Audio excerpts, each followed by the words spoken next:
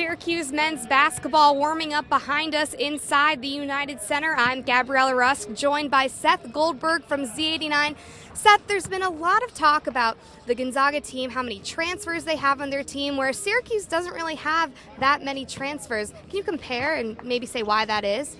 When you look at Gonzaga, and I think this plays into it, it's a mid-major that's been around a while. They know what's going on. They're in the tournament conversation every year. 18 straight appearances for the Bulldogs. So when you look at that, maybe they're players that flame out, so to speak, at a Power 5 level. Somebody like Kyle Wiltshire, who went to Kentucky, was recruited alongside Anthony Davis by Coach John Calipari, stayed for a couple of years, didn't quite fit in the plans as he moved forward and stayed past his freshman year, so he wanted to look elsewhere, and he wasn't going to go to another Power 5 school, so you take a little bit of a step down while also knowing that the competitiveness is still there. So when you look at Wiltshire, he's a great player, the team's leading scorer, one of the top 10 scorers in the country, in fact, and that's kind of the approach they have with their transfers. On the other side, Syracuse, they don't take very many, only a select few, but it's odd because you look at it and their senior leader, Mike Benege, is a transfer and such a huge player for this SU team, so the transfers each having their own impact on the program.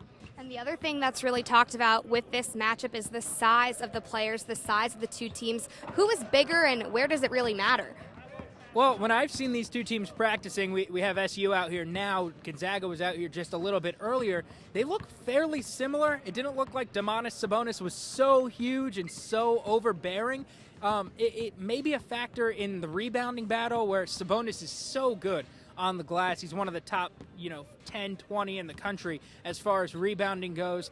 You look at Kyle Wiltshire, who's a big guy who likes to play outside, as Sabonis does as well. So maybe in that regard, it stretches the defense a little bit more on the SU side of things. But offensively for Syracuse, Sabonis may not be a guy who wants to go outside and guard somebody. So when you put somebody in the game like a Tyler Lydon, well, then maybe you're pulling him away from the basket and taking Sabonis away from a place that he is comfortable and making him a little bit more uncomfortable on that side.